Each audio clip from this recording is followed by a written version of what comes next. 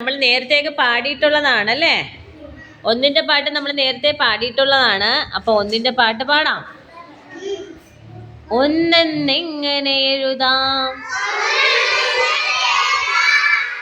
ഒന്നെന്നിങ്ങനെ എഴുതാം, വളവും വേണ്ട ചരിവും വേണ്ട, കുത്തനെ ഒരു വര കുറിയ വര. കുറിയ വര എന്ന് വെച്ചാൽ എന്താണ്? ചെറിയൊരു വരയാണ് കേട്ടോ. അതുകൊണ്ടാണ് കുറിയ വര എന്ന് പറയുന്നത്. മനസ്സിലായല്ലോ? ഒന്നെങ്ങനെ എഴുതാം, ഒന്നെന്നിങ്ങനെ എഴുതാം, വളവും വേണ്ട ചെരിവും വേണ്ട, കുത്തനെ ഒരു വര കുറിയ വര.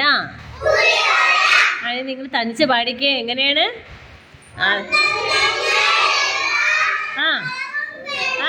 അങ്ങനെയല്ല, അതില് വേറൊരു വരിയും കൂടെ ഉണ്ട്. എന്താണ്? ഒന്നെങ്ങനെ എഴുതാം. വീണ്ടും രണ്ടാമത് എന്താണ്? ഒന്നെന്ന് ഇങ്ങനെ എഴുതാം. ഇങ്ങനെ എന്നാണ് പാടാനുള്ളത് കേട്ടാ.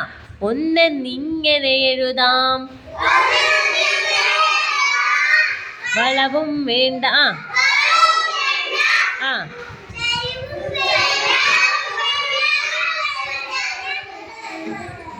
കുത്തനെ ഒരു വര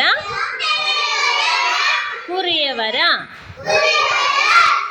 നവദേവ് പാടി. കുറച്ച് അല്ല മോനെ, ഒന്നെന്നിങ്ങനെ എഴുതാം. 2 തവണ ഉണ്ടത്.